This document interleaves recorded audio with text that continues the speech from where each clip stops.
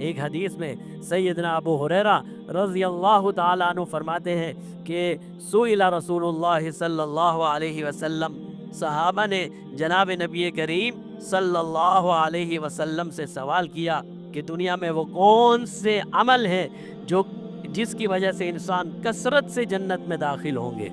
دنیا میں وہ کون سے اعمال ہیں جس کی وجہ سے انسان آخرت میں جنت کا مستحق بن جاتا ہے اور بہت بڑی تعداد میں لوگ ان کی وجہ سے جنت میں داخل ہوں؟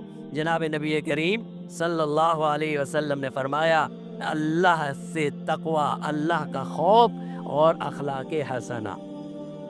فرمایا تقوی اللہ، اللہ کا خوف رکھنا، وحسن الخلقی، اور اچھے اخلاق اپنانا۔ فرمایا یہ دو چیزیں ایسی ہیں جس کی وجہ سے انسان کثرت سے جنت میں داخل ہوں گے۔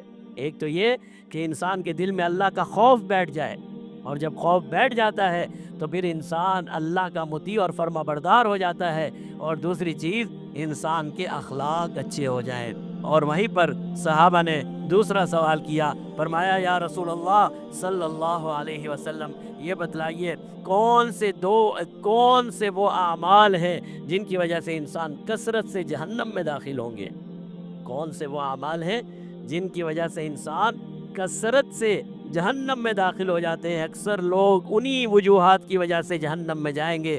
جناب نبی کریم صلی اللہ علیہ وسلم نے فرمایا الفمو، ایک ہے منہ، منہ سے مراد ہے زبان، ایک ہے زبان اور دوسری اس کی شرمگاہ۔ فرمایا یہ دو چیزیں ایسی ہیں جو انسان کو کثرت سے جہنم میں لے جانے کا سبب بنے گی۔